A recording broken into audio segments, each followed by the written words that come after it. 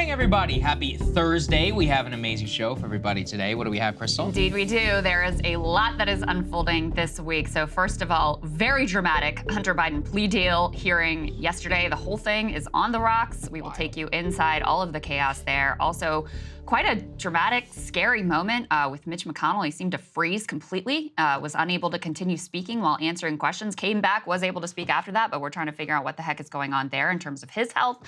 Saagar was on Capitol Hill yesterday for the big UFO hearing. By the way, thanks to premium subscribers for making things like that happen, and we have additional coverage of those hearings, all the highlights today. We've also got some legal drama involving Rudy Giuliani. He has now admitted in a court of law that he was lying about some election workers down in Georgia. We'll show his original comments and what he is saying now. We also have updates for you on a situation involving the first family's dogs. The youngest dog has been involved in a number of biting incidents that were not disclosed. So we'll give you what is going on there. Happy to have Freddie DeBoer joining us this morning to talk about his latest column about how AOC is now just a regular Democrat. And I am taking a look at some comments from Abigail Disney, Disney heiress, going after their CEO, Bob Iger. So lots to get to this morning. But before we do any of that, as I alluded to before, we just want to take a minute to thank you to all the premium subscribers. We've been very busy this week. Yes. It was a big week for us. Multiple presidential contenders. Really enjoy getting to do those interviews and press them on policy questions and see how they respond.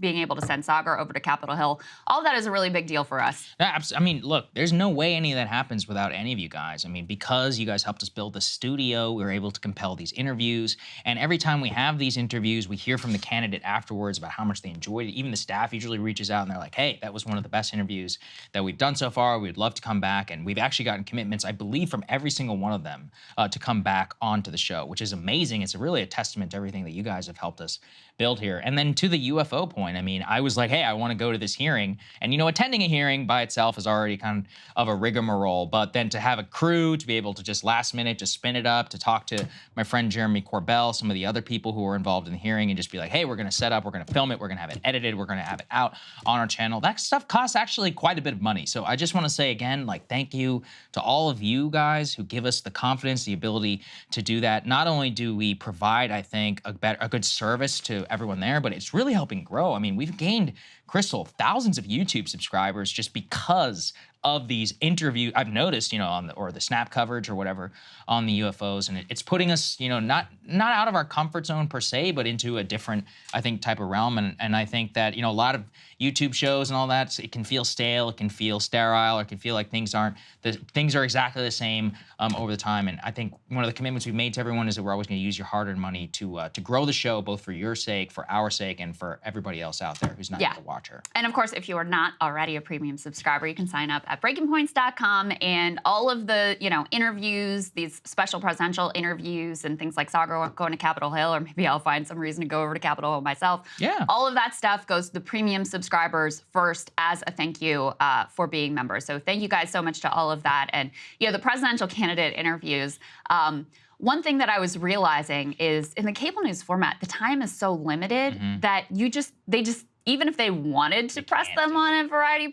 policy issue, there's no ability to do it. Yeah. So the fact that we have the time and the space to ask the questions, ask the follow-ups, try to get real answers from them is really a privilege and a luxury that we enjoy here. This is very true. And I only implore more comms directors out there, stop just giving us 30 minutes. There's no reason that we want to do just 30 minutes. But I've noticed that 30 minutes to them is eternity. That's why they always try and cut it. Yes. Around 30. They're used to 7. Because they're used to where 7. you can filibuster. Right. So exactly. And not exactly answer the question and get away with it. You can't have a little back and forth. So, you know, just so everybody knows, they're always in our, you know, the ears, the staff. They're like, hey, we got to cut this off. He's got to go. He's got to go do this. So once again, I'm just imploring everybody, let's do an hour. An hour is a nice solid period of time. And I think if you're confident enough in what you have to say, those people should speak for an hour. But okay, let's get to the Hunter Biden news. This was shocking. So while I was on Capitol Hill, all of this is going down. I'm getting caught up afterwards. I said, this is one of the wildest things that has unfolded in terms of like legal wrangling at the high level that we've seen in years now, I think, at the top level of politics. Hunter Biden and his lawyers, it appears, showed up to court with a completely different understanding, Krystal, of a plea deal that they had reached with the Department of Justice. In the minds of the Hunter Biden Biden legal team, they believed that they were not only going to plead guilty to this sweetheart deal, but that they were going to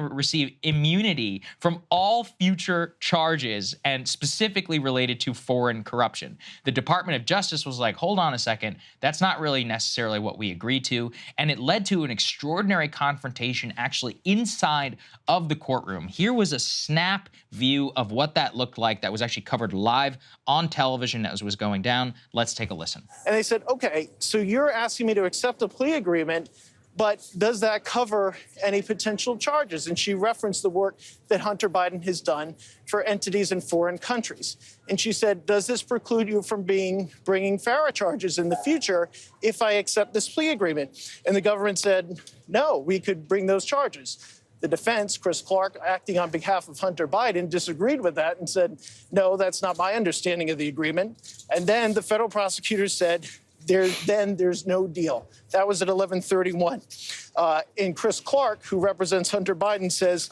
as far as I'm concerned, the plea agreement is null and void. Just as I left the courtroom itself, the judge determined that there should be a 10-minute recess to try and figure out whether or not the two parties can quickly come to an agreement. That was Tom Winters at NBC. He's an absolute pro in terms of covering these things, Krystal. So after, in that 10-minute interim period, here's the most crazy part. It seems that the DOJ did actually agree to some of Hunter's demands. Because in that 10-minute interim, the Department of Justice, of course, led by Merrick Garland, agreed effectively to some immunity, at least in the future, to some of these charges, to get Hunter to plead guilty on these tax charges, which would effectively absolve him and not having to serve any jail time, regardless of the fact that he failed to pay lots of back taxes, that it was all eventually paid back by donors. And there's a lot more that we can discuss and talk about there. But then the most shocking thing is not that the Department of Justice agreed to an even more, frankly, sweetheart deal. It's that when they presented this to the judge, that the judge threw out this hastily agreed to immunized deal, effectively saying that it was too sweet, that she needs to take a lot more time, that they need to take a lot more time to actually look at it. Here, again, is some of the live coverage. The son of the President of the United States has just pleaded not guilty. Not guilty is what he has pleaded to. The judge here says that she will not accept or reject the plea agreement. She wants more information. Basically, what she is asking for is to determine whether or not it's appropriate for her to consider something in the diversion program. This relates to the gun charge. So as part of that agreement, effectively what you have here is a provision which asks the court to weigh whether or not possibly Hunter Biden could have violated his pretrial diversion agreement as it relates to the gun charge. What would happen, according to that agreement, is that the defense and the prosecution would have the opportunity to bring the facts to the court and for the court to determine whether or not there was a breach of that. If there is a breach, then the government could then move forward and prosecute Hunter Biden on the gun charge. What she says is, wait just a minute. I'm not somebody who normally has to consider those provisions. I normally don't see a pretrial diversion agreement. And now you're putting me in the position, possibly, of being the gatekeeper as to whether or not the Justice Department and the government files charges against Hunter Biden. There you go, Krystal. I mean, in terms of the breakdown, extraordinary move by the judge, extraordinary collapse live. I mean, you couldn't script a more of a drama in terms of corruption, the president's son, how it really, the tax charges, the money, and all of this. So what did you make of everything as it was going down? Well, again, just to set the context here, everyone was expecting this to be a very perfunctory, predictable hearing with zero drama. And instead, from the get-go, we had chaos and drama unfolding in what was really a wild way. So there are two pieces here that are really bad for Hunter Biden and, by extension, for his dad, which is, number one, the government did not agree to the idea that all of the potential FARA charges, that's all the foreign lobbying, unregistered lobbying stuff, they did not agree that that was part of this plea deal. And Hunter Biden and his team had to accept that. So this deal, the tentative deal that now the judge is considering whether she's even going to accept, includes immunity from drug charges, past drug charges, additional gun charges, and tax. So those are the three areas that they're saying, okay, we'll put those pieces to the side. But that leaves a gigantic swath of some of the most concerning legal trouble if you are, Hunter Biden, or again, if you are his father, Joe Biden, which is all of these foreign entanglements that we've been hearing so much about. So that's one piece that is out and out a disaster for him and his team. And the second piece is, probably when the judge comes back in 30 days, she's gonna figure out how to get to a yes on this plea deal, but it's not certain at all.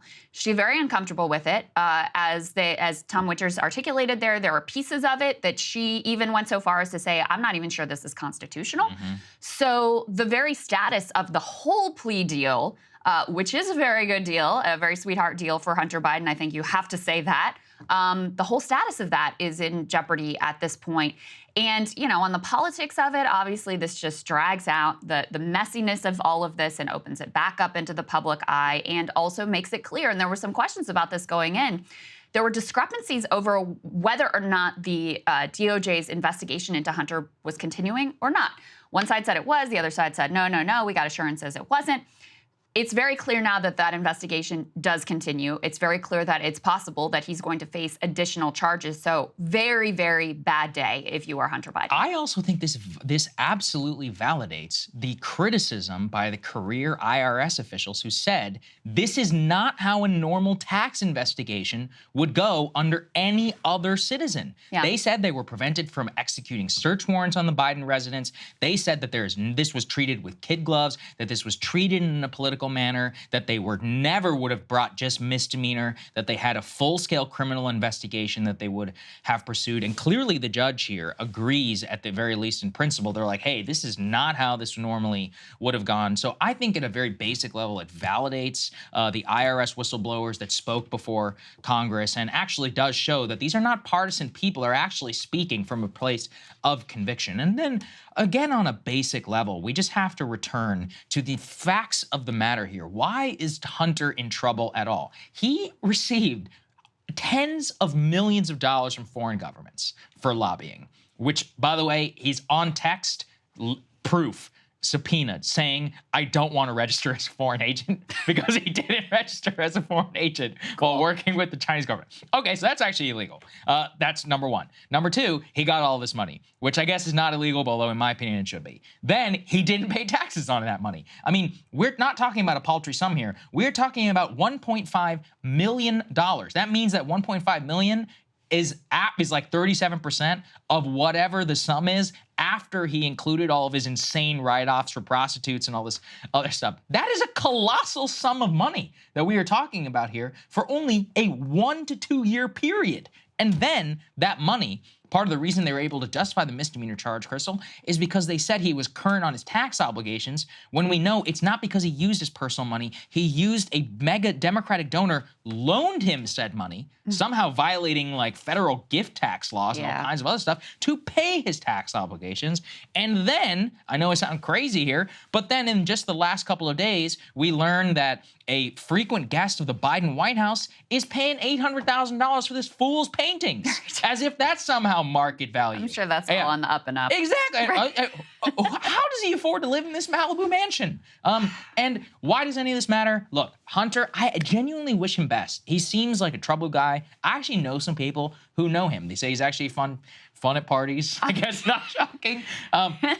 But they were always like, look, he took it really hard, the death of his brother, and he actually was an affable dude. He's been through hell. He's been through hell. His mom died. No one can deny that. Yeah. And so I have nothing against him on a personal level. It's only that so much of his shenanigans expose the lies from the Biden administration about Biden's involvement here, and especially when he's getting all of this back tax and personal profit to the family, to the brother, and so many other, from the actual connections of the president of the United States. That's when it becomes not only a scandal, but should venture into the territory of illegal, if it not already is. So some of it may be legal. I'm sure it is because of our insane laws. But I mean, he played so fast and loose. It's very easy to see here how he very likely violated the law in a number of places. And unfortunately, only because I think the Republicans are in charge of the House, they've even been able to drag any of this stuff up through an official level. Otherwise, we would never have heard about it. So let me give you what, if you turn on MSNBC or CNN, what do they say? What their side is going to be, right? Number one, she's a Trump-appointed judge. Okay. Number two, this has nothing to do with Joe Biden. This is just a personal matter involving Hunter Biden, and the process should play out, et cetera, et cetera. On the piece about her being a Trump judge, listen, it would have been crazy for them to accept a deal where he's not going to face any scrutiny over all of these foreign entanglements. I mean, it would be an abdication of any judge's duty to allow that to just go through, and for the government to say, oh, yeah, that's part of the deal. That would have been insane. So I think it's, based on what I can tell, entirely appropriate that she's taken some time to scrutinize this deal, which, as she put it rather mildly, has some atypical elements to it. And let's talk about those atypical elements, because that's where it goes from, oh, this is just a personal matter involving Hunter Biden and he's not president and Joe Biden has nothing to do with this. This is Joe Biden's Department of Justice we're talking about here. And so if his son is getting a deal that has quote unquote atypical elements, that very much does involve Joe Biden, not to mention, all of the evidence suggestions that Joe knew a lot more about these business dealings than he has so far said. And we'll get to that in a moment. So, for the White House to just try to say, oh, no comment, and this is totally separate, et cetera, it just, no one's going to buy that. I mean, the public is certainly not going to buy that piece. And I'm certainly glad that the government and the judge were like, no. This does not take all of your troubles off of the table, because some of the most serious and most consequential in terms of the public trust elements still remain under investigation, apparently. Oh, absolutely. And actually, let's get to that. As I referenced, the House Republicans have been calling many of these witnesses who, in my opinion, should have been deposed or at least appeared before the DOJ and others for years ago. I don't know why it's taken so long. Let's put this up there on the screen. They say Hunter Biden put then Vice President dad Joe Biden on the phone with business associates, quote, at least 24 times. That is according to the ex-business partner of Hunter Biden named Devin Archer. So Archer, who, by the way, just to be clear, is facing jail time for his role, quote, in a $60 million bond fraud. So not exactly the most savory character, although I guess, this is Hunter who we're talking about here. So it's not like he was in business with the best. The thing is about Archer is that he says is that after dinner with the Burisma board at a very famous hotel in Dubai, he and Hunter then traveled 6 miles north to the Four Seasons Resort Dubai to have a drink with one of Hunter's friends. Quote, while they were sitting outside at the bar, a senior Burisma executive phoned to ask where they were because Burisma's owner needed to speak with Hunter urgently. Soon afterwards, 2 Ukrainians joined Hunter and Archer at the Four Seasons bar, and they asked Hunter, quote, can you ring your dad? Hunter then called his father, put him on speaker, placed the phone on the table, and introduced the Ukrainians to Joe Biden as the names of the 2 associates who were actively with him at the bar at the Four Seasons Hotel in Dubai. Also, I mean, just to give a little bit of more credence to this, Archer is actually pictured with Joe Biden and with Hunter Biden playing golf while he was the vice president of the United States. So it's undeniable that they actually had met in the past. Now, look, of course, people play golf with a lot of people, especially when you're vice president. Obviously, you take photos probably with tens of thousands of people a year. So it's not like that proves anything. But more so, we know for a verifiable fact that Devin Archer was a longtime business associate of Hunter Biden, involved in many of these sketchy foreign deals. I've known his name for years, having done some reading, investigation, and all this into the Chinese business dealings, to the Burisma dealings, and how he really was at the center of this. Mm-hmm. He was also there with John Kerry's stepson. The children of the elite really are amazing. Gotta love the Nepo baby. They're all in business together. It's incredible. But these people— It's all merit-based, I'm sure. Oh, it's very merit-based, of course. And they're multi-million, as if their parents' fortunes weren't enough. That's what always is interesting to me. Right.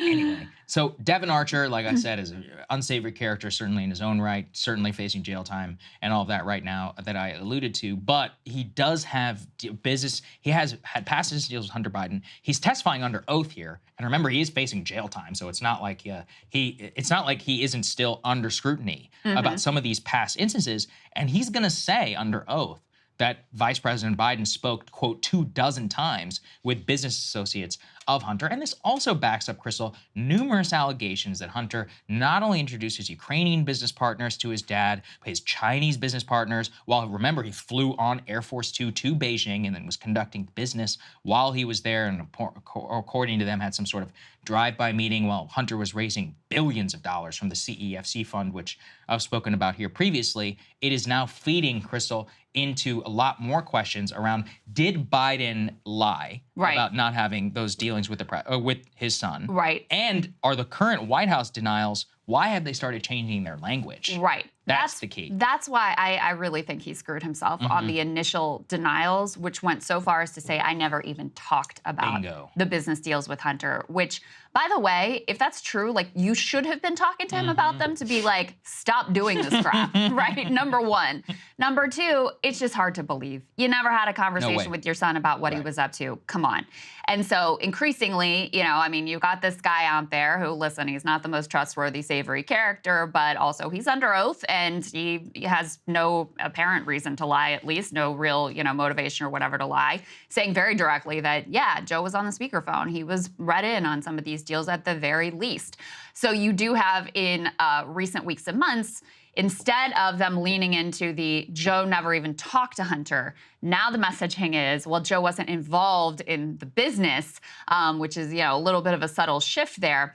Karine Jean-Pierre was asked about exactly this shift in messaging by journalist Philip Wegman. Let's take a listen to how that went. The president has previously said that he has never discussed overseas business dealings with his son, but the White House now says that the president has never been in business with his son. So why the updated language? Which statement is true? Or is this semantics and they're both true? As I stated on Monday, when I was asked this question multiple times, nothing has changed. Nothing has changed on this. Nothing has changed on this. And so could ask me a million different ways on this question. Nothing has changed.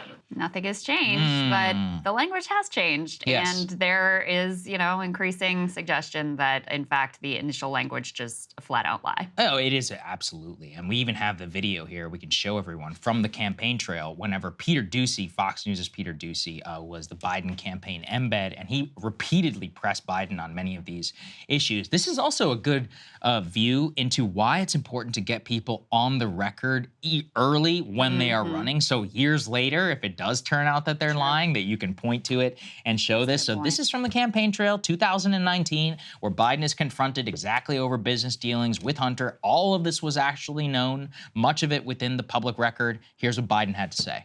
I've never spoken to my son about going to business. And so how do you know? Here's what I know. I know Trump deserves to be investigated. He is violating every basic norm of a president. You should be asking him the question. Why is he on the phone with a foreign leader, trying to intimidate a foreign leader, if that's what happened? That appears what happened. You should be looking at Trump. Trump's doing this because he knows I'll beat him like a drum. And he's using the abuse of power and every element of the presidency to try to do something to smear me. Everybody looked at this, and everybody's looked at it and said there's nothing there. Ask the right question. Ask the right question. Grandpa needed That's a not nap. the right question, Chris. The right question is not, did you speak with your son business? And the funniest thing, too, is like, you should be asking Trump. Do you know how many times people ask Trump? You think Trump never got asked that question about the Ukrainian phone call? The perfect, why do you even think they call it the perfect phone call? Because he talked about it ad nauseum all throughout his impeachment. He just didn't want to be asked. And I always think, you know, it's a tragedy that Doocy really was the only one on that campaign trail who would ever ask him a damn thing about this. And it shows you once again why it is so important to press people on these things, even when it's uncomfortable, even when the media doesn't want you to do it, because he now said, I never spoke to him. Now it's I was never involved. Both of those are incongruent. And it's very obvious to me that that's a flat out lie. I also think not enough people pay enough attention to the very first debate when Trump was going after Hunter Biden. And they reference actually the congressional report that came out from Senator Ron Johnson, which lists many of the accusations against Hunter, which have all been verified now, specifically by the IRS, about who he's getting money from. And Biden says again that not a single one thing in that report is true.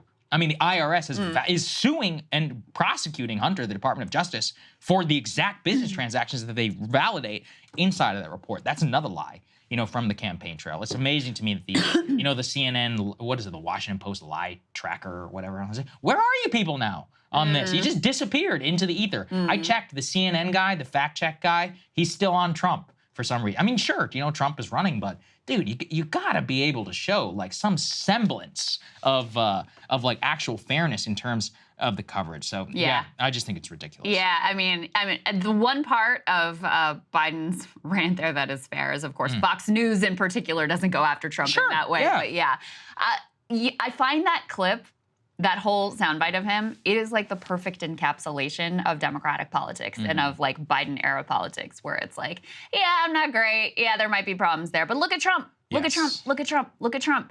That's the whole strategy. That's the whole thing right there in that soundbite. That's the whole bit. So it is kind of amazing to watch it unfold. But yeah, I mean, he used to say it very, very clearly. Never even spoke to Hunter about any of this. And that was a lie. I just cannot believe that is the case. And now we have increasing evidence that it was not the case. At the same time, there are some machinations going on over within the House Republican caucus about whether or not they want to move forward with impeachment against Joe Biden. Of course, you have put this up on the screen from Politico. You've got the more, sort of hard right part of the caucus very much in favor of it. You've got a number of moderates who are in Biden districts very uncomfortable with the idea of pushing forward with a Biden impeachment. McCarthy is trying to sort of walk the line right now of saying basically like, well, we might do impeachment investigation. That's different than an actual impeachment. So they haven't exactly put together what all this would look like. And, on the impeachment piece, it's interesting because the thing that they're contemplating going after Biden on would be corruption. And there's a reason why Democrats didn't go after Trump on the many manifest incidences of corruption. Instead, they did Russia and then, appropriately, I think, January 6th. But they didn't do corruption because they're all implicated in corruption. And so if the Republicans actually choose to go down this road of trying to impeach a president over actual corrupt dealings, that opens up a whole can of worms that, frankly, I would be very happy to see opened up and applied across the board. But I'm not sure if they look at their own lives and their own siblings, sons, daughters, cousins, brothers, aunts, whatever business dealings, they might feel a little bit more uncomfortable with.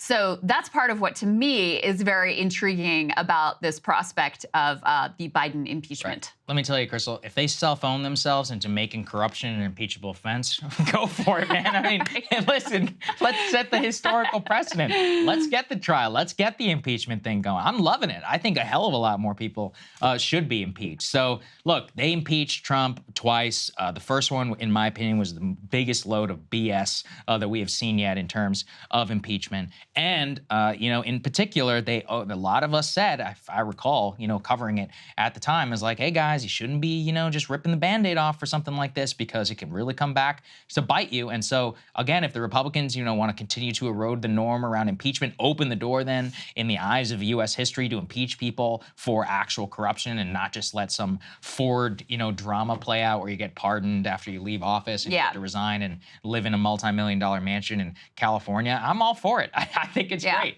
So, yeah. Well, the other thing I will say is, and they even sort of acknowledge this, they don't exactly have the goods yet on Biden in terms of there's suggestions, there's uncorroborated evidence, there's this uncorroborated intelligence report or whatever. They need to have more of a smoking gun direct tie-in than what they have right now, I think, on Biden in order for this to work out and for the American people to accept that this is a sort of legitimate direction.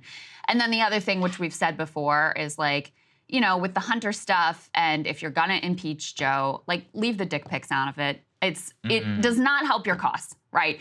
And this is what you see on both sides of the aisle, honestly. They radically overreach. And then the pieces that are actually legitimate seem like such small ball in comparison to the wild, overreaching accusations that are made, that the public then just looks at it and they're like, oh, this is it? Like, this is not a big deal to me. So after the grand conspiracy, I mean, Russiagate's a perfect example. Like, we were told there were P tapes and all of this stuff, and that there was some like low-level sketchiness is all that it amounts to. Like, this is ultimately nothing based on what we were originally sold. Yeah, I mean, people may interpret what I said as saying that the first impeachment about the Zelensky phone call with Trump, I said it was BS. Yeah, as a matter of impeachment. I didn't say it was a good phone call. But like, it's like you can judge things on their merits and be like, yeah, I don't think presidents should probably talk that way. Do I think you should be impeached over it? Hell no. And that's where, it's just so good that they try and assign historical gravity to things, and then they end up messing it up by really focusing on the most salacious or the worst parts of it. And then when those end up don't becoming true. Or making stuff up. Outrageous stuff, making things up. And then when those don't end up be true, and then the underlying accusations, which can be bad, but there are gradations of bad. And that's one of the actually things that we've lost, not only in media, but in political discourse as well, around how all of this stuff goes down. So anyway, I think it's interesting, important. It was a crazy day, absolutely, yesterday to watch all this full. I also got to say with the media too, they had no idea how to handle this. Like they would be like, a slight hiccup or whatever in Hunter's legal proceeding. I'm like, it's not a slight hiccup. I'm like, this is crazy to see. This was a disastrous day for him. I mean, terrible. He thought this was going to be it for him. Like he was going to be done. Yeah. And even if the judge does decide ultimately to accept this plea deal, even with its quote atypical portions, the fact that FARA is still hanging out there, that's the foreign, unregistered agent, lobbyist, whatever, that stuff, that's still hanging out there, that's a disaster for him. He is guilty as sin on the FARA thing. There is no, and if you are going to prosecute Manafort, and I don't even remember what the other guy's name is, and I mean, it's kind of like the documents case. How can you look at that set of facts and not prosecute the person under? You have to, no matter what the last name is. So if they don't, it's going to be absolutely outrageous. Yeah, true. So while this was all unfolding, there was another really, dramatic, wild, scary, frankly, disturbing moment that was unfolding on Capitol Hill, which is Senator Mitch McConnell came out to give a statement to the press. It was all going sort of according to plan. And then he just freezes. Mid-sentence, stops talking for a full 15 seconds, just total blank look on his face. Let's take a look at what that looked like. Bipartisan cooperation and a string of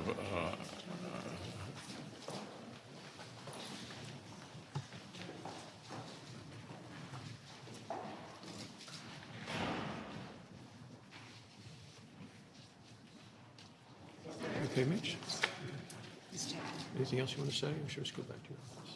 Do you want to say anything else to the press? Go ahead, John. I'll take it. Let's go back to. So very difficult to watch. He seems to be starting to slow down. He slurs his words, and then he just stops and just stares at the camera. And then Senator Barrasso comes over, and I don't know if you could hear what he said. He said basically like, Mitch, do you have anything else you want to say to the press, or do you want to go back to your office? And then after a pause, they sort of escort him out. Now, he was able to come back after that a few minutes later. And understandably, the press was CNN's Manu Raju was like, what just happened? Are you okay? Let's take a listen to what he had to say. Could you address what happened here at the start of the press conference? And was it related to your injury from earlier this year where you suffered a concussion? Is that? No, I'm fine. You're fine, you're fully able to do your job? Yeah. So he says, no, I'm fine. And what does that mean? Manu Raju says, are you able to do your job? And he's like, yep. Some of the context here, obviously, Mitch McConnell is 81 years old. That's number one. Number two, there's reporting now that he's apparently been using a wheelchair quite a bit, pushed around a wheelchair quite a bit to get around the Capitol, especially in crowded spaces. Number three, he suffered a concussion a while back that caused him to, be out of the Senate for a while. Number four, we're just learning this morning that apparently he suffered another fall just recently on July 14th. So, in the past couple of weeks, he suffered a fall at Reagan National Airport. So I don't know what was going on with him health-wise, And he's clearly not saying. He made some joke about it later that he got sandbagged in the same way that the President of the United States did, referring to when the president fell on stage. But, you know, falling on stage, like, we understood the cause and effect of what, there was a sandbag, he tripped over it. We have no idea what's going on here. And this is an incredibly powerful individual. Well, don't forget, Krystal, he was also hospitalized not that long ago. That's right. It was actually in, March 9th, 2023. He was hospitalized for a few days after a fall at a Washington hotel during a private dinner and was treated for a concussion. And, you know, you and I were talking about this morning. It's difficult to be able to cover these things and not appear as if you're trying to be mean. I am not trying to be mean in any of this. I actually feel a tremendous amount of pain to watch a person who is elderly, you know, on the cameras in a job like this freeze up like that. That sounds not only humiliating, but if I was a relative of his, or if this, I almost look at it like a grandfather, I'd be like, please stop doing this, please. I am begging you, I am absolutely begging you to step down, to not put yourself through this. But, and then we have to reconcile that. That's when you're a private citizen. You're the most important Republican in the entire chamber. And he pointedly ignored two major questions yesterday, which reporters asked him. They said, what happened? Right. And all he says is, quote, I'm fine. Then they go, did you see a doctor? And he ignores the question and walks off. I'm sorry, but that's actually completely unacceptable. We cannot be having septuagenarians like this be the leaders of the Republican Party in the Senate chamber. It's really not fair to many of the people behind him, people like John Thune, who are number 2 in the Republican Party, Cornyn. I mean, these guys aren't spring chickens. They're like 60, but they look like it compared to him. If you need to be, you know, rolled around in a wheelchair in private spaces, like, should you really be in a vigorous job where you're flying back and forth between your home state and all this? And I think a lot of it is ego. They just cannot handle the idea that some people do need to step down. Some people need to retire. Last time I checked, his wife is like a billionaire. Go relax, man. I mean, you've been to Kentucky. I hear there's some nice places out there. Buy one of those crazy estates on some hill somewhere, drink bourbon and sail off into the sun. It sounds like a great, you know, last couple of years of your life. Why do you want to be doing this? And the answer is ego and power. And that's where we as a public have to demand that this does not become normalized for people who are in power. It has never been more stark to have an 81-year-old president who regularly is tripping and can't find his word. This guy's having a full-blown medical event. And then the crazy thing too is, you know, do these people not care about his well-being? Get his ass to a doctor immediately. Like, why is he even coming? He doesn't get a say in those type of things. You're like, no, the doc needs to come here right now, because what's going on in his mind? He's like, oh my God, I gotta shore things up with the press. That's the least of your problems, man. You could die. Right. Yeah.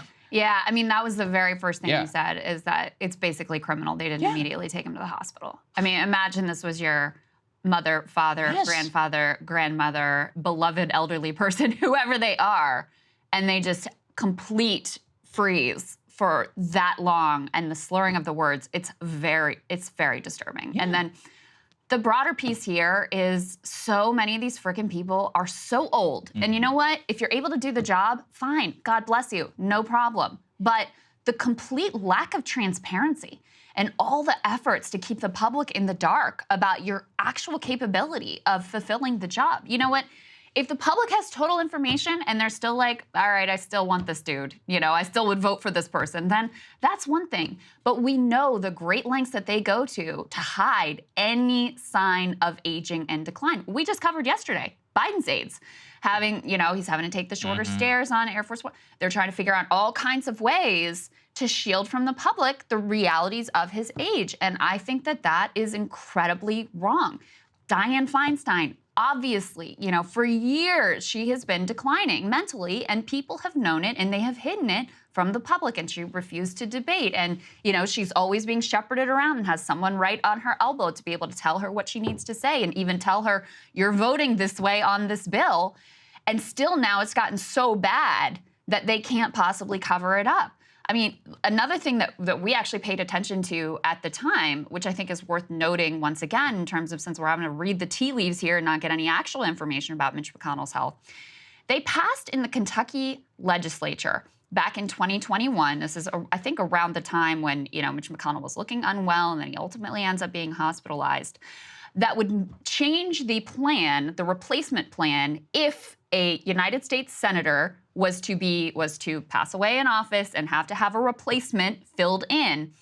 As it was previously, the governor would make that replacement. Well, the governor of Kentucky is a Democrat. And so, Andy Beshear would very likely put a Democrat in that slot if that was to happen. So they changed the law so that it would go to the Kentucky legislature, which is Republican run. And domestically, in the state, at the state level, and people who are in the know there really thought that was Mitch McConnell pushed this legislation through. And they really thought this was about Mitch McConnell's declining health. So noteworthy to put that out there now that we have this latest health incident and, the fact that they just stonewall, don't answer any questions, don't provide any transparency. It's really an affront to democracy. I mean, at bottom, that's what it is. No, it's enraging, and that's what I mean. It's so hard because my anger. I'll get these very snarky messages from people who work, let's just say, in and around McConnell. We're like, oh, this is not fair. It's not nice. I mean, they have the gall to tell the press immediately after he had a moment. He was sharp afterwards. Let me just say, that's not sharp. Don't bullshit me. That is where I'm just like, just level with me, man. Right. Let's just be real. Well, here. Let's acknowledge reality. They said he was lightheaded. I've been lightheaded before, I get low iron, a little lightheaded. It doesn't look like that. Yes. Okay, it does not look like that. So stop bullshitting us, please.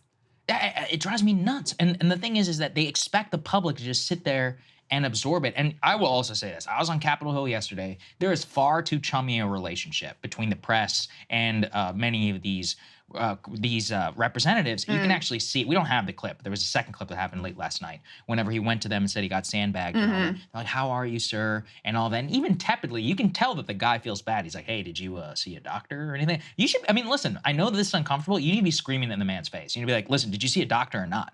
Are you going to answer the question, or are you just going to keep saying you're fine?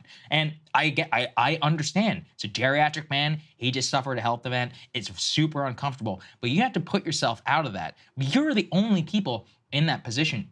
Press access to where he was, the gallery or whatever, is very, very tightly controlled. And so you're the only opportunity the American people have to actually get an answer here. Otherwise, we're relying on his aides on background saying he was super sharp, as you can see whenever he returned. It's just insanity that they want you to imbibe and to believe this stuff. But that's what living in Washington is like. Is that they literally want you to deny reality in your face. Constant gaslighting. Yeah. This parlays well into the next piece we wanted to show you, which is Fox News Digital went out and asked a bunch of voters, hey, do you think that maybe if you're running for president, you should have to debate? And voters felt very strongly in the affirmative that should be a requirement. Take a listen to a little bit of that. I think 100%. If you don't know how someone's going to speak in a public setting in front of millions of people on TV and with other people asking them questions, then how do you know how they're going to react when they're answering questions for millions of people and they're trying to talk to, the whole United States of America? Of course, I always think so. I think you get more of their point of views on things. If you can't stand up for what you believe in and have a debate with somebody, you're out. We need to be able to hear what people have to say before they can just run to be in charge of the most powerful country in the world, So we have a lot of influence, and we need someone who people can hear and be confident about. 100%. You should be able to defend any and every policy that you have or any question about an existing policy in any kind of a public debate where you can be asked questions that are not, you're not getting softball pitches that are questions that you've been told ahead of time. You need to be able to clearly and accurately have a discussion about policies that are affecting the entire country that you are going to be the leader of if you're elected. Obviously, voters are like, of course you should debate. And I have to say, Saagar, if you call yourself a journalist and you are enraged and demanding out there just on the agenda of the people, demanding that Trump and Biden subject themselves to public debates, neither one of whom is a spring chicken, by the way. So it ties in very closely with the Mitch McConnell discussion that we just had.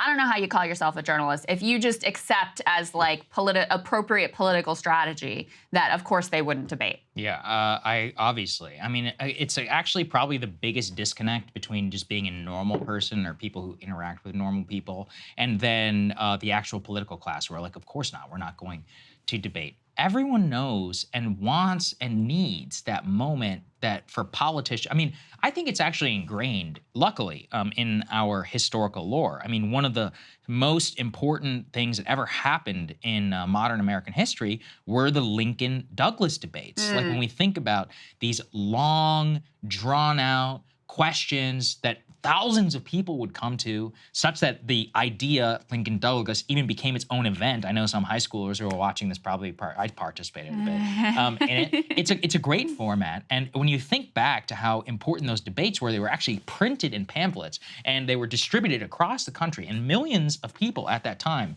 Imagine you're a farmer, you don't have a lot of access to technology, entertainment, TikTok, and all this other stuff. And this comes in the mail, it's several months later, and you're reading this like, hey, these are some great arguments around slavery and about the most important debates that are within the country. Luckily, that's kind of carried over, I think, even to the most basic level if you go through somewhat of a civics education, and then you look at the current state and you're like, wait, this is all I got? I mean, we had first of all, we missed out on a debate last time because Trump got COVID. And then even on this one, I've always loved the primary debates. I believe that Obama debated some 19 times before he got the Democratic nominee, which is incredible, actually. I mean, it put him in fighting. He's even said this. It put me in fighting shape for when I had to go up against McCain. Everyone remembers his disastrous first debate against Mitt Romney. And the reason why is because he was an arrogant prick who'd been president for 4 years. And it's like, turns out when you're in the bubble, it's like when you're in the bubble, you have no idea what how you really come off. And then in the second debate, you could see he was much more approachable. He took the time to like sit there and engage with, in terms of the audience member, even though Candy Crowley put her finger on the scale for him. Still haven't forgotten about that moment. One. I see. Please proceed, Governor. Crazy moment there. That still haven't forgotten. I can't believe it's been more than a decade. I know, it is wild. I was thinking about too. Yeah. It can seem like, it's just sort of like entertainment, these debates, I mean, we do enjoy them in a sense, like entertainment because we're weirdos and dorks. Yes. But it also does actually matter to get these people on the record. I mean, what did we show you earlier? Biden, when he was on the campaign trail getting pressed, having to be put on the record specifically about Hunter Biden, lo and behold, that turns out to matter now. Biden also, I mean, the whole reason that he was pushed into having to say anything about student debt cancellation was because he was on a primary stage versus other opponents. It matters to get people on the record. Nancy Pelosi getting that question about the stock trading ban and really revealing how she actually thinks about things, which is like, it's just free market. People should be able to participate. It matters getting people on the record. And, as we have these super old men who are running for president and probably going to be the Republican and Democratic nominee, it also really matters to be able to see in some sort of a test of whether they're up to the rigors of the office as a piece of information to evaluate with all of the other pieces of information that exist. These things really do matter. So it is absolutely atrocious and such a sign of just utter decline in the country that is very likely the two top contenders do not debate in their primaries, don't feel that they have to go out there and actually prove themselves to the American people. It is such an incredibly sad state of affairs. I would also disagree with the idea that debates are just for nerds. I mean, some of the 17th primary debate, but, I just looked this up. 84 million people watched Trump and Hillary debate. Yeah. The first, and that's a major cultural event. People. It's like Barbie right there. Yeah, I mean, that's wild. That is half the U.S. adult population, And you think also about the first 2016 campaign debate that Trump participated in. I mean, I'll never forget. Only Rosie O'Donnell. I literally will never forget that moment. I think politics changed the day that he took that stage. Wild. I am thinking also there are a lot of debate moments, that still resonate throughout history. Had some big ones. Went after he said that, actually that presaged Trump in a lot of ways whenever he attacked John King in the media. I remember that one as well. These moments, we've just talked about Candy Crowley, all of these different things that we can think about. Regular Americans do pay attention. Of the top 20 most viewed live events in 2022, only one of them was political, 19 others were sports, but it was the State of the Union. And by the way, that State of the Union was boring as hell. But 42 million people watched it. So I think we should put more faith in people, that if you do give them a reason, they will show up. You know, Americans are interested. They're not all like, you know, we have this thing about how like, oh, everyone's checked out. And some of that is true to a certain extent. But when you give people the opportunity, they do show up to watch. They at least tune in for a little bit to try and figure out what's going on. So anyway, I think people should get that opportunity. I think it's important for the republic, as people often say. All right, let's go to the next part here. Wow, big day yesterday. Had to hold it all in. Like your Super Bowl, Saagar. This was the Super Bowl. We had the UFO hearings that happened on Congress. I was there live in person on Capitol Hill. It was absolutely electric energy. I talked to some of the press people who were involved. They said they had rarely seen so many people who were interested. There were hundreds of people lined up outside, many of them Breaking Points fans, so shout out to all of you who I got to talk to a little bit yesterday. I think we should take this opportunity to just go through some of the most important events that happened during the hearing. If you're interested, Jeremy Corbell and I did a live reaction right outside of the Capitol that I referenced earlier in our show that's available currently on our YouTube channel. But to me, this moment's going to stick out above everything. It's what all the news outlets picked up. Backstory, I was sitting at the press table with all the other reporters, and when Dave Grush said the words non-human biologics, there was an audible gasp, not only at the press table, but throughout the entire room. The energy was just absolutely insane. Here's the moment that I'm talking about. Let's take a listen. If you believe we have crashed craft, stated earlier, do we have the bodies of the pilots who piloted this craft? As I've stated publicly already in my News Nation interview, biologics came with some of these recoveries. Yeah. Were they, I guess, human or non-human biologics? Non-human, and that was the assessment of people with direct knowledge on the program I talked to that are currently still on the program. So that's probably the biggest thing that came out of that, Krystal, non-human biologics. Now, okay, let's try and steel man the case, because I think that's always fun. That could mean anything, right? That could mean a rat, that could mean a dog, but it was clearly implied in the way that Dave Grush stated that as the UFO whistleblower testifying under oath, under penalty of perjury, having represented all of this not only to News Nation, but also entering it into the congressional record and also going through the whistleblower process to say that we have recovered alien craft. He refuses to say the word alien, or extraterrestrial. He just says non-human origin.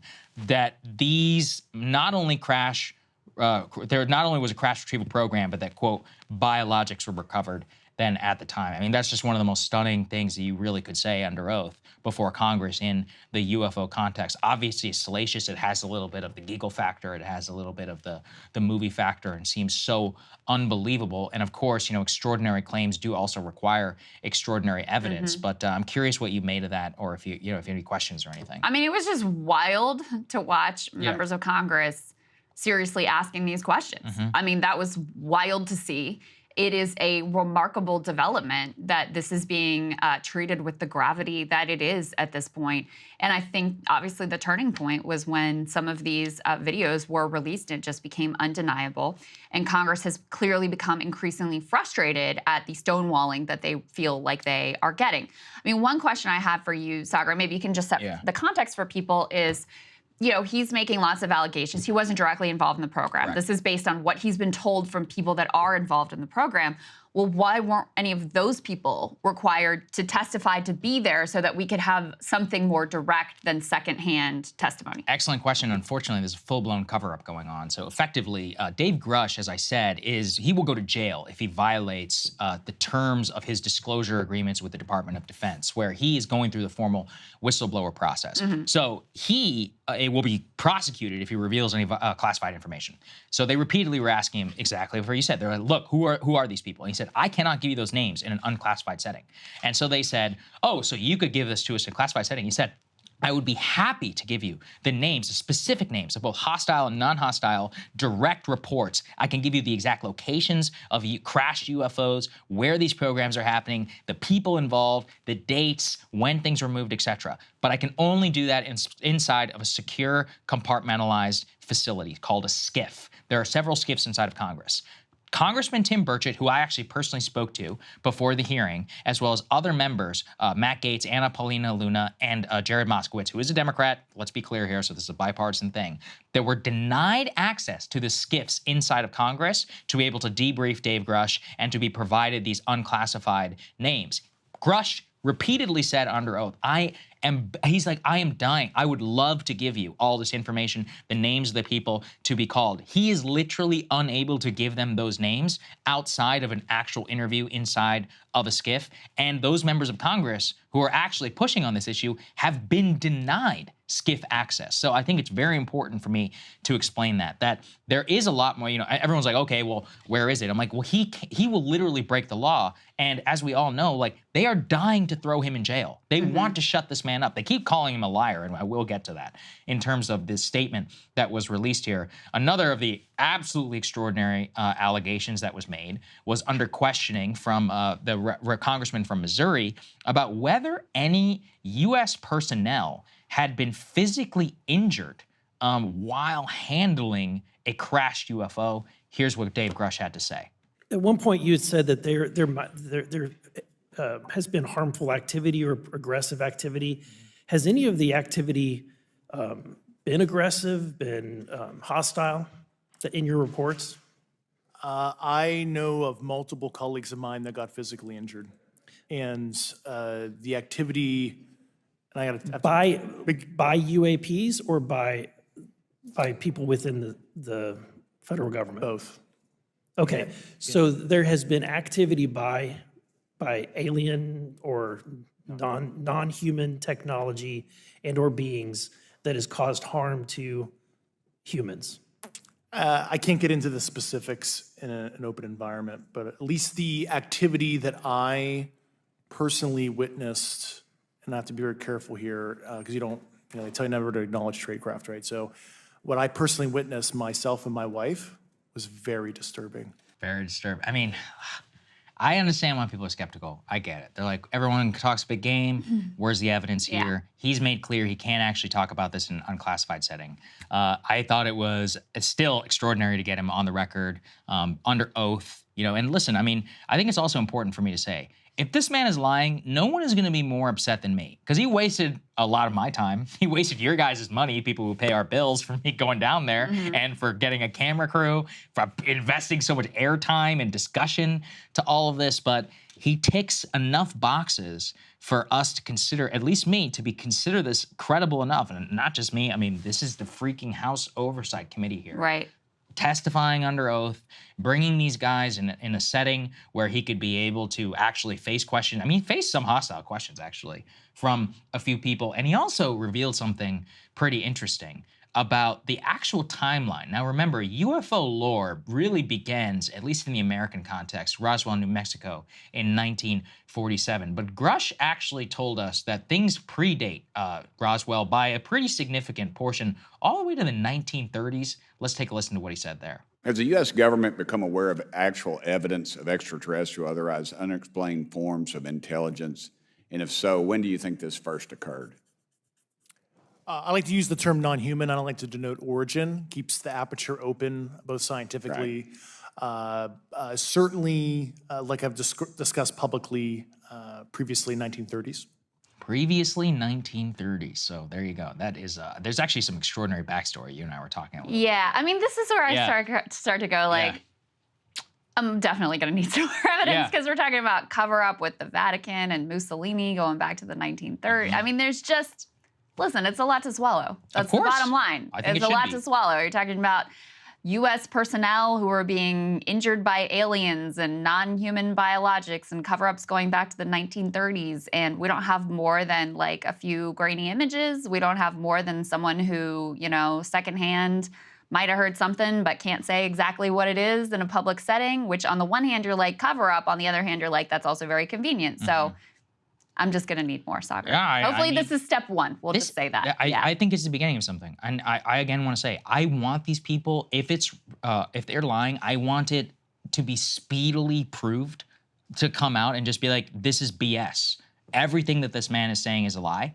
If he did lie, I want him to be prosecuted, again, for wasting my time, for wasting the entire community's time, for misleading people down this wild goose chase. I mean, that's, not only immoral, but illegal now that he's actually testified under oath and gone through the DOD process. So listen, I mean, we don't know fully yet whether everything he said or not We know that there's some breadcrumbs that have been scattered in terms of where, if they're eventually given skiff access by these members of Congress. And I got to give these people a lot of credit.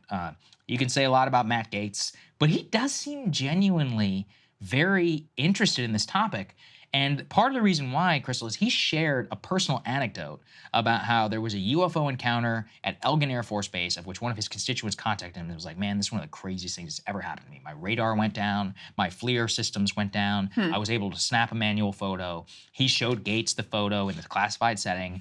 The DOD won't allow him to release the photo. And he's like, I'm sitting there trying to get access to a military base as a member of Congress with top secret clearance. He even served on the House Intelligence Committee. And the freaking United States military is telling me, a congressman, basically screw off. We're not giving you any access. He's like, that's an extraordinary situation for me to be in. You know, and these are these constituents come to me in good faith because the pilot, this was a test pilot actually who encountered this, told Gaetz, the best thing you can do for your career is shut up and forget that this ever happened. Because when you start reporting this stuff up the chain, they're like, hey, we're not dealing with this, because they don't want to, they don't want records. Yeah. You got no records, you got nothing to turn over to Congress. Yeah, I mean, I look at it on the one hand, I'm like, this is a lot for me to swallow, as I just said. On the other hand, I'm like, but then I see the photos and the videos, and I'm like, they don't have another explanation for it. So give us some kind of explanation for what's going on that passes the sniff test, and, perhaps we can move on. This comes through also with Commander David Fravor's testimony. I thought it was so important. David Fravor is the only reason that I'm interested in UFOs. I thought it was BS, frankly. I read the 2017 article, and I was like, yeah, maybe.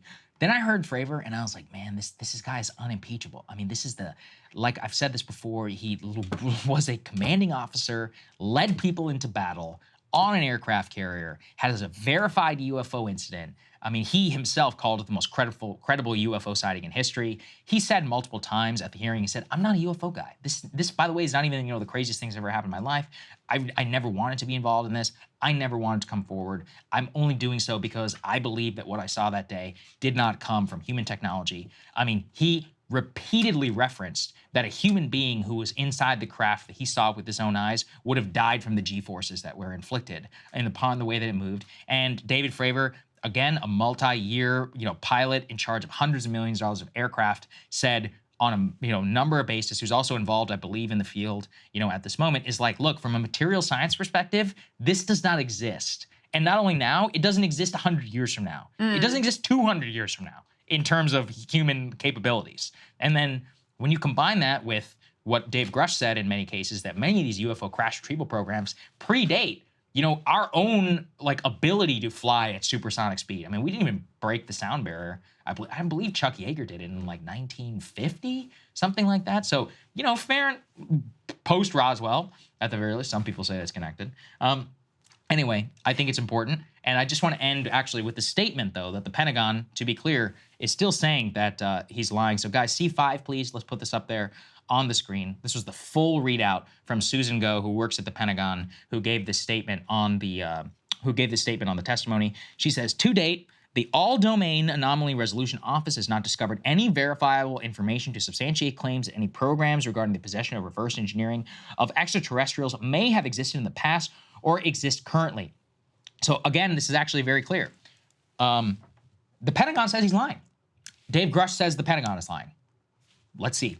If you can prove vice versa, one of those people lied to Congress, they need to go to jail for what they did. And I actually love that it's so binary here, because eventually you can prove whether one or two of those people, or whether one of these individuals is telling the truth or not. They've both done now so in an open setting. And yeah, we'll see. I mean, either this is a colossal, not only just psyop, but stage and all this. I mean, to have this man who literally worked in the intelligence community come forward as a decorated combat veteran, served in Afghanistan, Air Force cadet, so much of his military service he referenced in his testimony. They were like, why are you doing this? And he said it's because, he's like, I took an oath, 18 years ago when I became an Air Force cadet.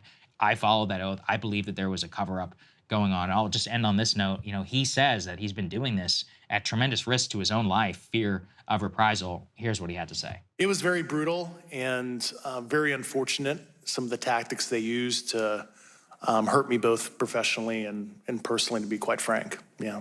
It's very unfortunate. As they say, when you're over the target, that's when they do the most firing at you. Do you have any personal knowledge of people who have been harmed or injured in efforts to cover up or conceal these extraterrestrial technology? Yes.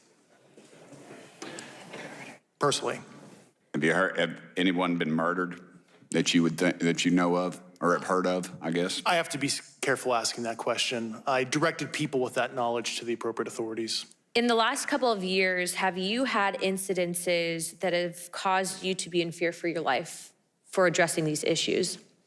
Yes, personally. So you can take that for any way that you want. I choose to take it actually pretty seriously. If it's real, it's the biggest story in the world. So keep pushing, guys. Can't stop. All right. All right, let's turn to some more terrestrial affairs here. Rudy Giuliani is facing charges over defamation. He's embroiled in a lawsuit there over comments that he made about 2 Georgia election workers.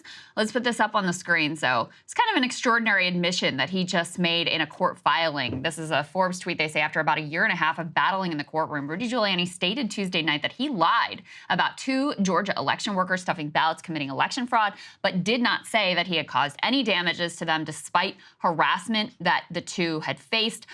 This from the New York Times report. They say that this concession by Mr. Giuliani came in court papers. And basically, he's admitting that what he said about these people was completely wrong, that it was a complete lie, that, I mean, he smeared them and it happened multiple times, et cetera. But he's saying that he still has legal defenses because he doesn't believe that they suffered any damages. So that will be the major piece that they will be deciding in this lawsuit. So just so you get a sense of what allegations he was making about these 2 election workers that led to this defamation suit, here he is on basically a Zoom call talking about what he thinks was going on in Georgia with these 2 election workers. Let's take a listen. Quite obviously, surreptitiously passing around USB ports as if they're vials of heroin or cocaine. I mean, it's obvious to anyone who's a criminal investigator or prosecutor, they are engaged in surreptitious illegal activity again that day. And that's a week ago, and they're still walking around Georgia lying. So it's a bold accusation, basically comparing them to drug dealers. It was immediately debunked. They were passing mints back and forth to one another, nothing more nefarious than this. But nevertheless, he repeated it multiple times, and it became a part of the whole litany of the case that the election was stolen. And it was also repeated and really taken in by the president, who apparently invoked one of these women's name 18 times during that infamous phone call with Brad Raffensperger, Georgia Secretary of State, on January 2nd, 2021. That's the one where he asked for him to find the requisite number of votes for the former president to be able to win the state, which, you know, is leading to quite a bit of legal scrutiny for him as well. So, you know, I think it's important because it just shows you what a load of crock this was. And it also shows you that many of the people involved, Saagar, knew it was a crock. Yes. And we're happy to ruin the lives of these women in pursuit of foisting a lie on the American people. I think it's actually not only criminal, and I think it's disgusting because how many, you know, well-meaning Republicans out there, average Joes, they hear Trump, they're like, wow, that's horrible. They hear the freaking former mayor of New York. I mean, one of them at the time was one of the most respected politicians in the entire country, talking about people passing USBs back and forth. You know, if you're one of those people, you had no reason not to believe, or at least think, wow, that's a little bit crazy. How do you know whenever he's lying? Or how many people are going to watch this segment seeing that he admitted that he's a liar? That's why I think it's so gross. I mean, I know personally a lot of people, and I've had some crazy interactions. I remember a guy, an Uber driver once, he's like, do you really believe the election wasn't stolen? He's like, you just seem like a guy who would believe it. And I was like, well, I guess I could understand why you would think that, but I had laid out, you know, the cases. They lost every single one. He's like, yeah, but these judges, you know, it's rigged. I'm like, really? It's rigged in like across like all these red states actually? With all of these like Trump-appointed judges and whatever? People are throwing it out. It's like, well, that's kind of interesting. And then all of them, inevitably, it comes back to Giuliani. And it's like, no, but Rudy Giuliani said this stuff. So I don't think you could really, you know, underestimate how important Giuliani was to the lore of Stop the Steal in a lot of these people's minds. And that's why I think it's particularly disgusting what he did. Yeah, that's absolutely right. He used the credibility that he built up as America's mayor, not only to try to mislead the entire country, and let's be clear, some 60 to 70% of the Republican base still believes that the election was stolen. based on things like this, him alleging that these two women, mother and daughter, were passing USB ports back and forth when really they were passing mints back and forth. And again, he knew that. He knew it, and he lied to you about it because it served his purposes at the time. It is utterly and completely disgraceful. And it also enrages me. I mean, these are just two regular women who it is a genuine civic duty to show up and work the polls. Yeah. You don't get paid for it. It's a pain in the ass. You got to deal with all kinds of, people who have whatever going on. It's a whole thing. And they were willing to do it. They were there, State Farm Arena, Fulton County, doing the thing late at night, et cetera, et cetera. And they were, subjected according to what they have to say. And I completely believe it because I remember hearing this claim at the time. I mean, this was like one of the core things that was being circulated within the circles that were believing this stuff. They say their lives have been completely upended. Private citizens who now are being accused of this incredible nefarious crime just casually by a very powerful individual. So it really is disgusting. That the other piece of this is there's been a lot of conjecture about what exactly is going on with Giuliani right now. We, of course, are back on Trump indictment watch. Looks like the Jack Smith investigation into what happened on January 6th and fake elector scheme, that may be drawing to a close. We may get charges in that relatively soon. And Giuliani has been talking to the government about whatever he knows with regard to that. And there was some question over whether Giuliani may have flipped and may be providing information to the government, may be working out his own deal. He denies it, to be clear, but I think there's still a bit of a question mark there. And the other question mark on that front is Mark Meadows. Oh, yeah. Well, Meadows in particular. Actually, there was a video circulating yesterday where he was walking into his office and he was repeatedly asked, whether he had any comment about the case and the grand jury and all that. And, there were some federal prosecutors who said that given his level of non-response, that he'd certainly seem like somebody who could be cooperating with the government. Apparently, Trump's own people think he's cooperating with the government. So who the hell knows what's going on there? And, as a reminder, there's a former White House chief of staff that we're talking about here. So it would have been extraordinary. I mean, he was in the room, when a lot of that stuff was going on. He was integral. Yeah, I mean, he really was at the center of it. So we'll keep our eye on that one. We also have an extraordinary glimpse into whatever is going on inside the White House with regard to their dogs. So this is, I don't know, it's honestly sad. So put this up on the screen. This is from the New York Post. This was some records that were revealed through a Freedom of Information Act request. Biden's dog, this is the younger one, Commander, sent a Secret Service officer to the hospital and has bitten 6 others after replacing, they say, the first pooch, Major. Major had, I think, was also German Shepherd, same breed, and also had to be removed from the residence because of some aggressive incidents. But what was revealed through this Freedom of Information Act request was that Commander has bitten 7 people in a 4-month span after Major was ousted over similar aggressive behavior. The shocking spate of incidents, none of them previously reported, mirrors attacks involving Major, who the White House says was given to family friends after biting Secret Service members in 2021. In the most serious of the incidents that were documented, the White House physician's office on November 3rd had to refer a Secret Service officer to a local hospital for treatment after Commander clamped down on their arm and thigh, according to emails released under that FOIA request. Commander broke the skin of a different Secret Service member's hand and arm weeks later after the president unleashed him outside the White House following a family movie night, communications indicate. And the following month, Commander bit the back of a security technician at Biden's Wilmington, Delaware home. So 7 different bites in a 4-month span. So I have a lot. First of all, for anybody who's accusing us, this is the fun block. Everybody knows that. So let's just put that on the end. But I did a little bit of research into this. I know people. It's not fun for these Secret Service officers. Well, first of all, it's not fun for the Secret Service officers. And that's kind of what I want to talk about, which is I know a lot of people who own German Shepherds. So I actually talked to them about it. And I was like, hey, what's going on here? Every single one of them pointed to this, that when you have 2 successive dogs that are both involved in biting incidents under your ownership, something's wrong with you.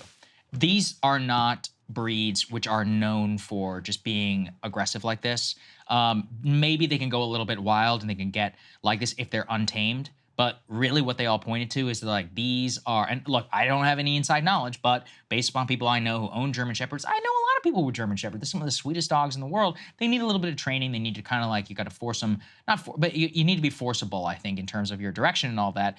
you have, and sometimes actually the breeders who sell German Shepherds or give German Shepherds, they require you to put the dog through training specifically to avoid incidents like this, because they know that if unchecked, that this can happen. So unfortunately, I actually think it is clear that there's just a sheer carelessness going on in the Biden household, where they appear just like not to want to spend the time, or even, this is the thing, you guys, people have a lot of money. We all know that, thanks to the whole Hunter situation. Why don't you just spend the money that a normal middle-class family buying a German Shepherd or getting a German Shepherd would do? This is just standard operating procedure here. Yeah. Or it could say, there's another thing they all point to, that the dog is criminally under-exercised and is not being taken care of properly. We know for a dog that size, you probably got to walk that thing 5 miles a day.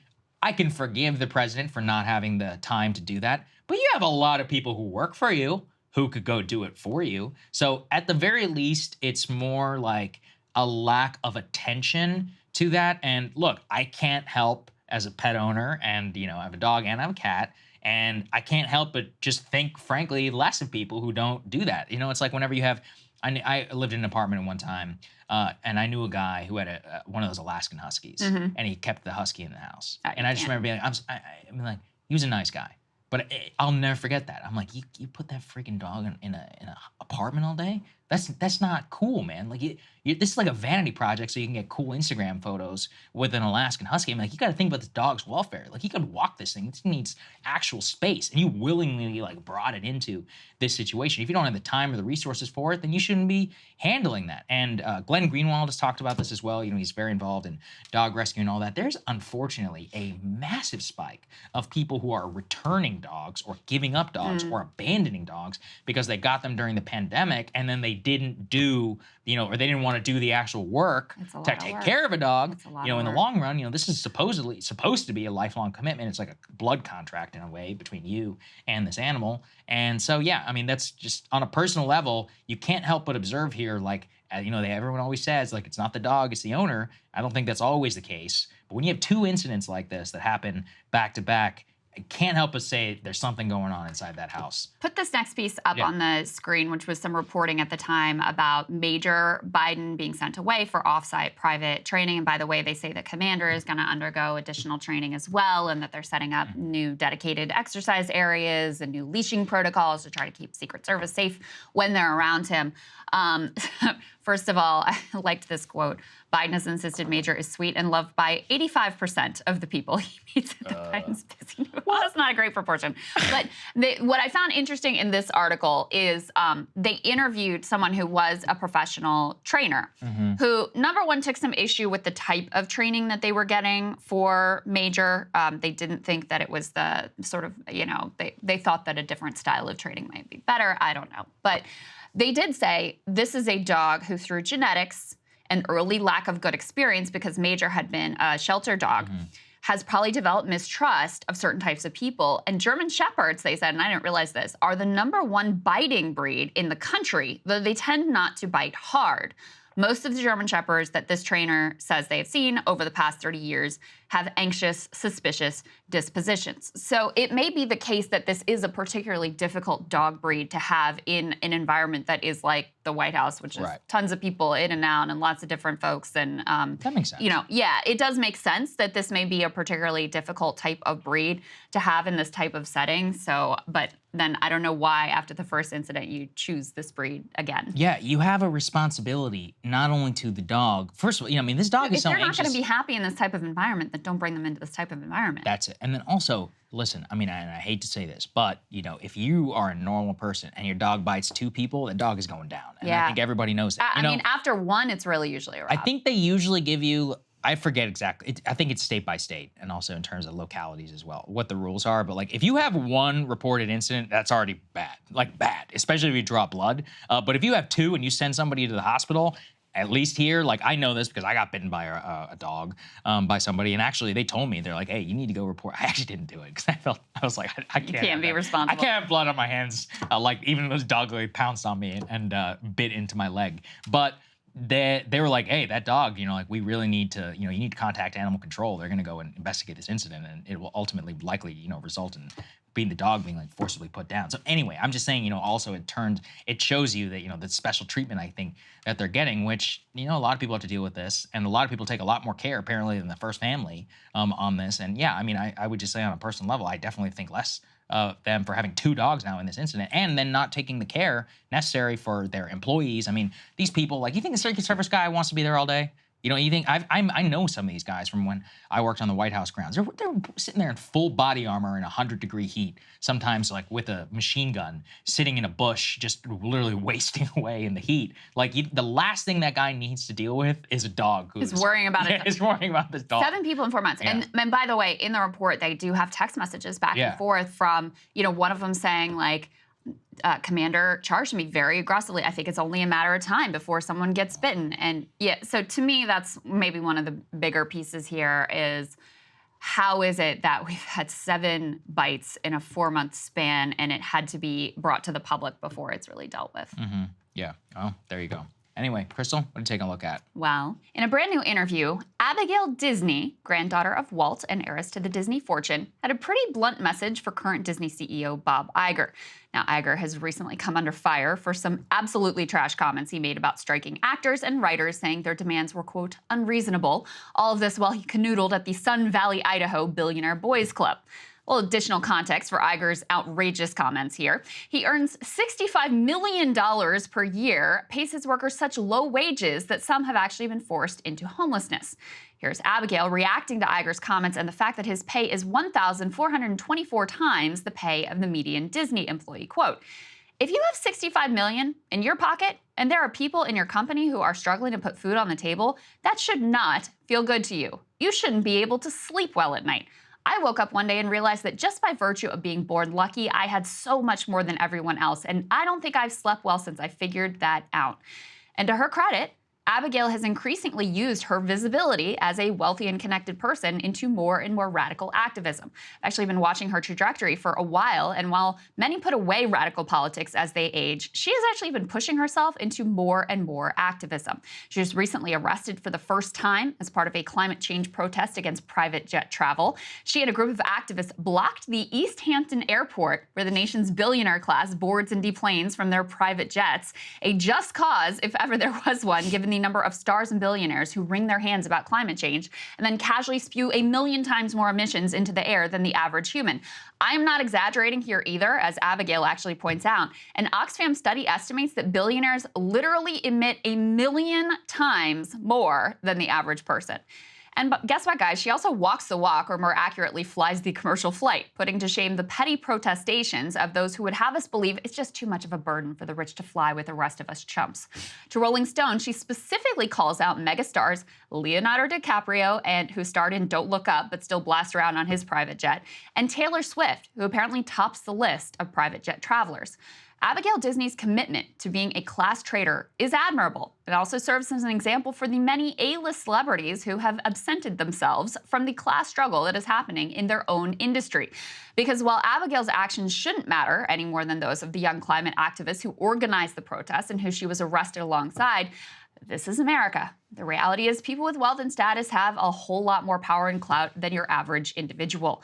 And because of this, it's been disappointing to see how few of the top actors have shown up to stand in solidarity with their underpaid brothers and sisters.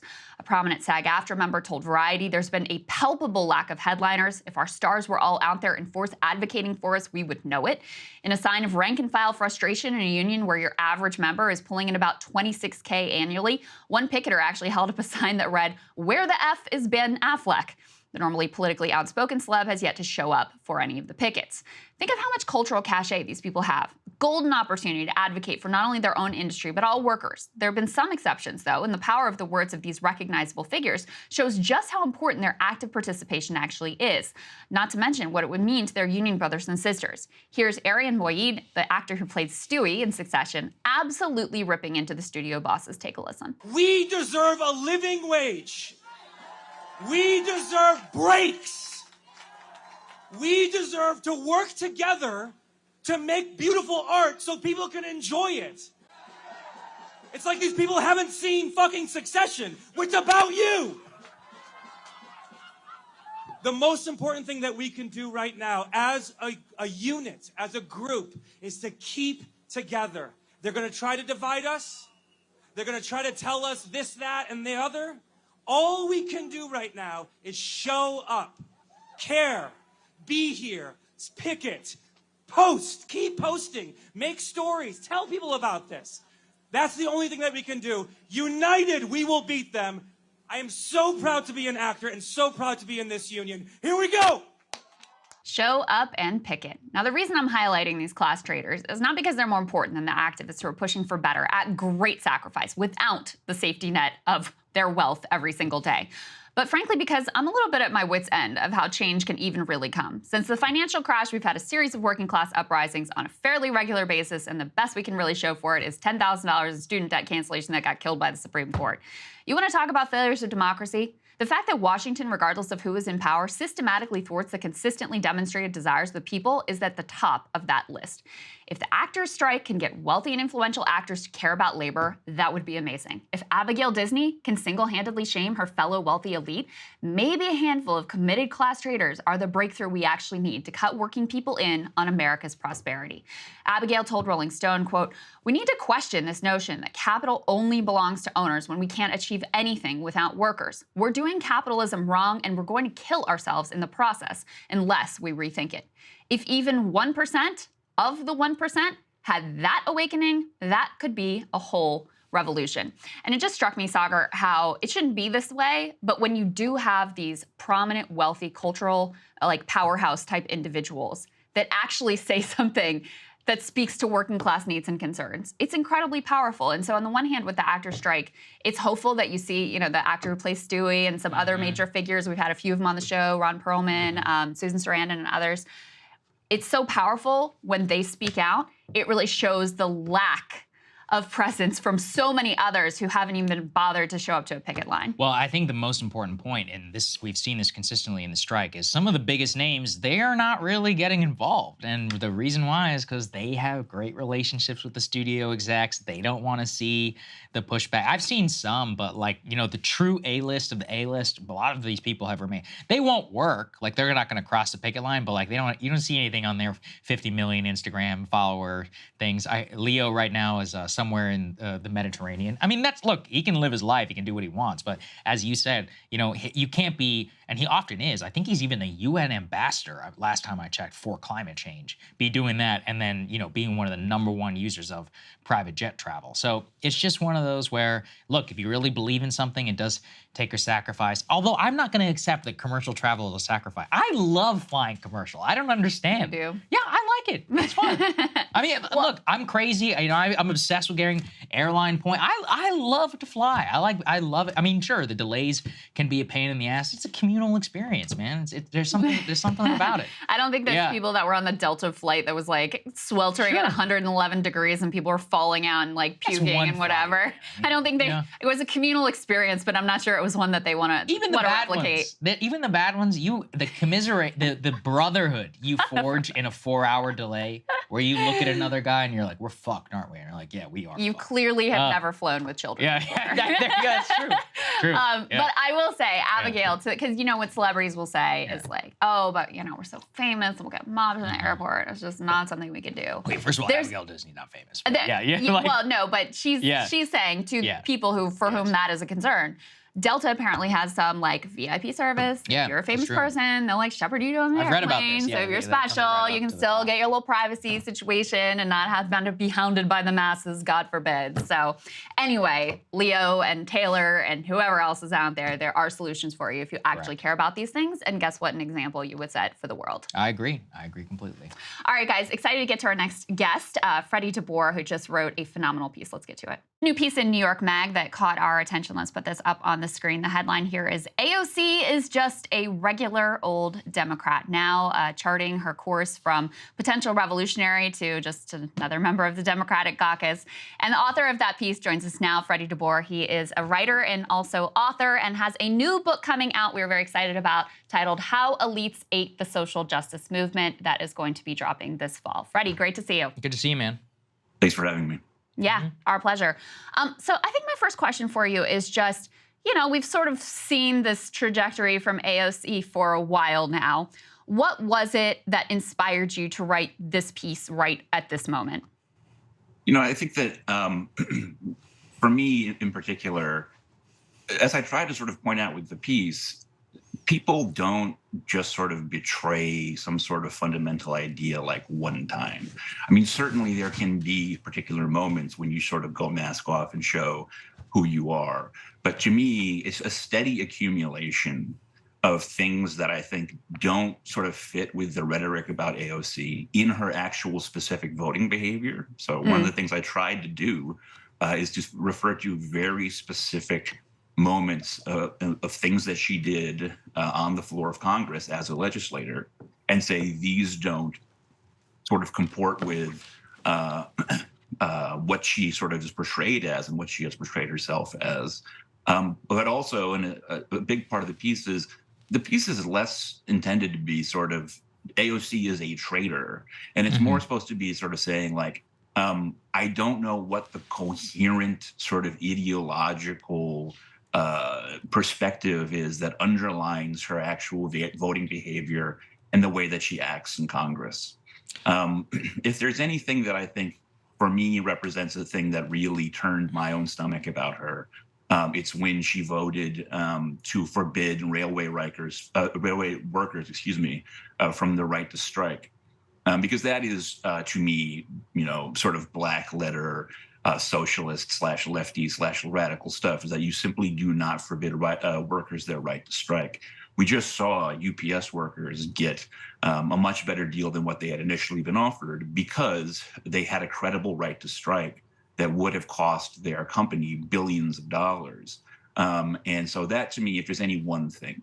But for me, it's just more a steady sort of accumulation of noticing that there just aren't a lot of behaviors that reflect any kind of coherent plan going on.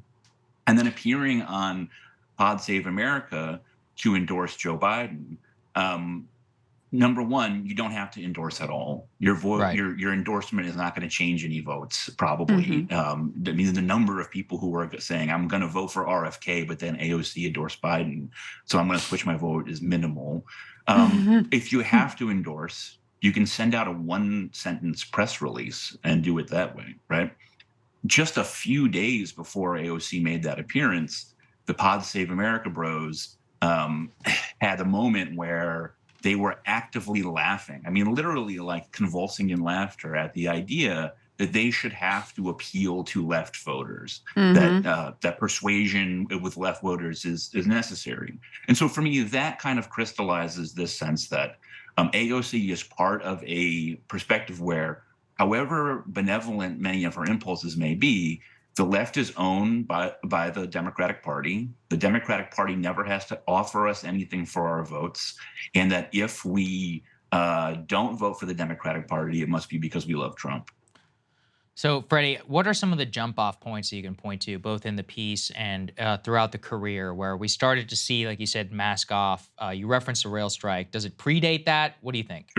Yeah, I mean, for me, just in terms of just not knowing what she's doing, the vote about the Israeli Iron Dome funding, which is Israel's missile defense shield that the United States pays for, as the United States pays for a huge portion of Israel's military machine.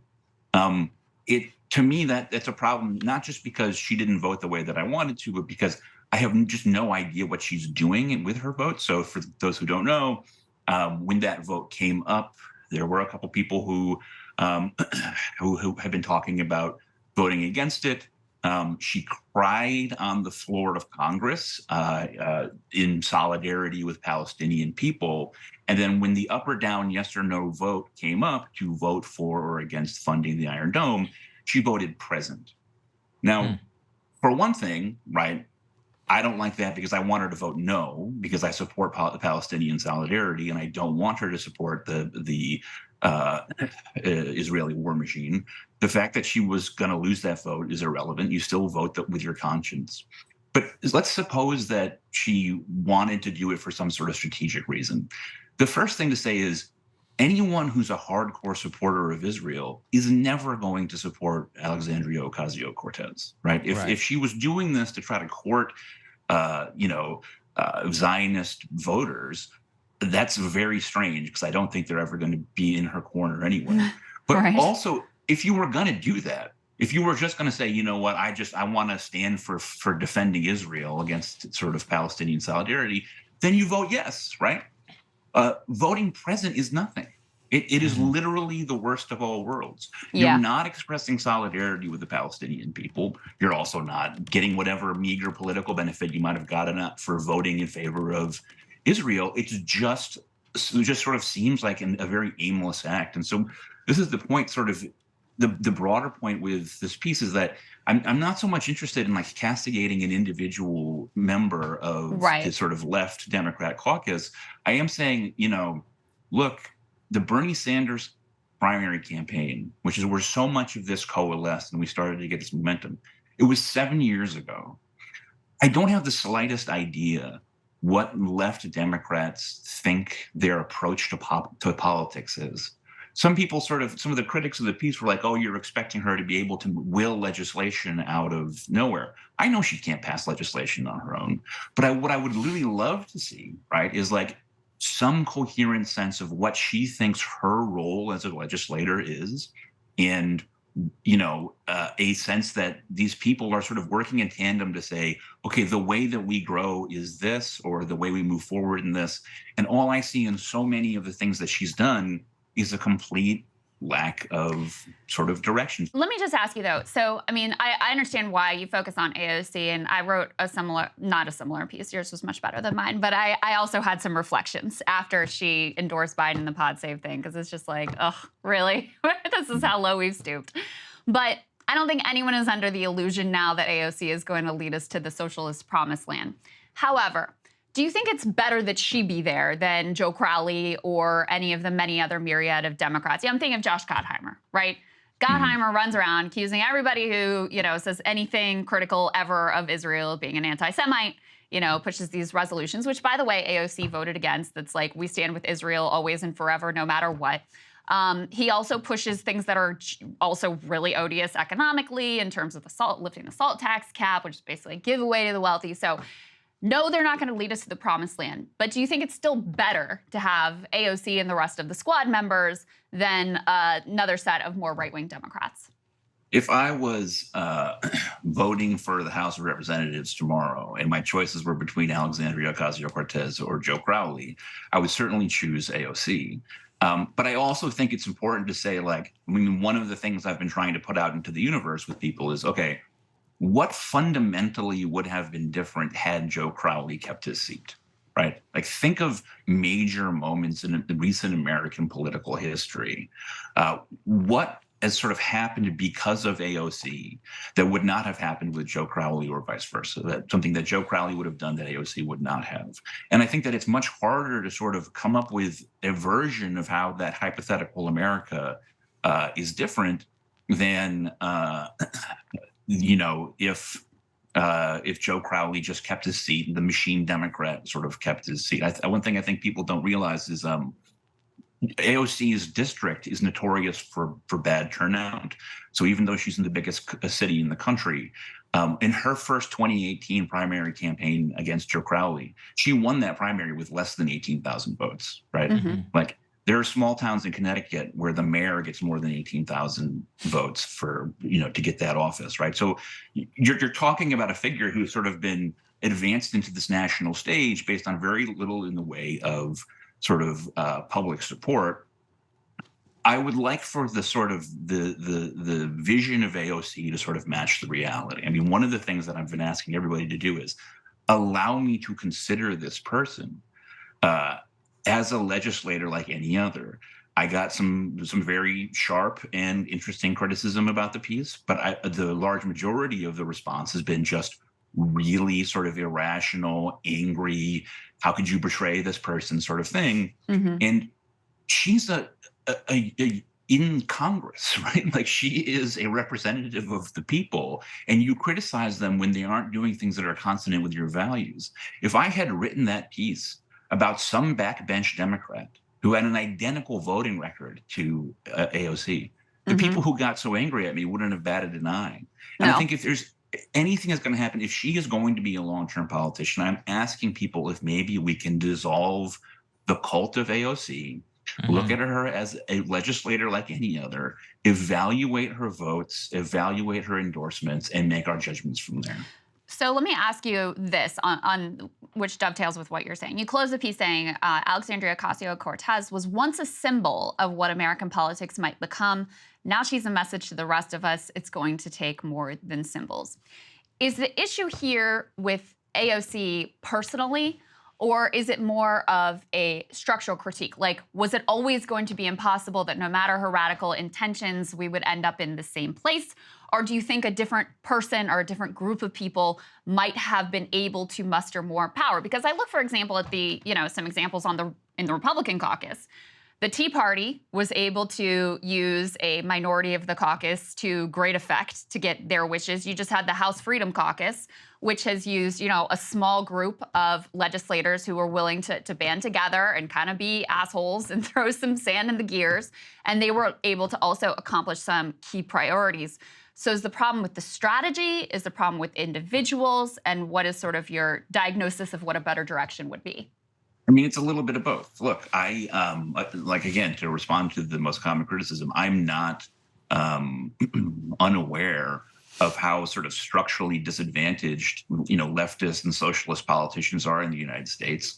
This is a country with, 70 years of Red Scare tactics when the Soviet Union exists, and now just as long of an effort to crush labor unions, which is the heart of the left. And so I don't expect more from these people than is possible. But you mentioned the Tea Party, and it's, I just think that any rational evaluation of the far left and the far right in this country, you would have to acknowledge that the far right gets more of what it wants, despite the fact that in many cases they themselves don't have anything like numerical majorities, than the far left gets. And I think that this is structural and baked into the nature of the Democratic Party.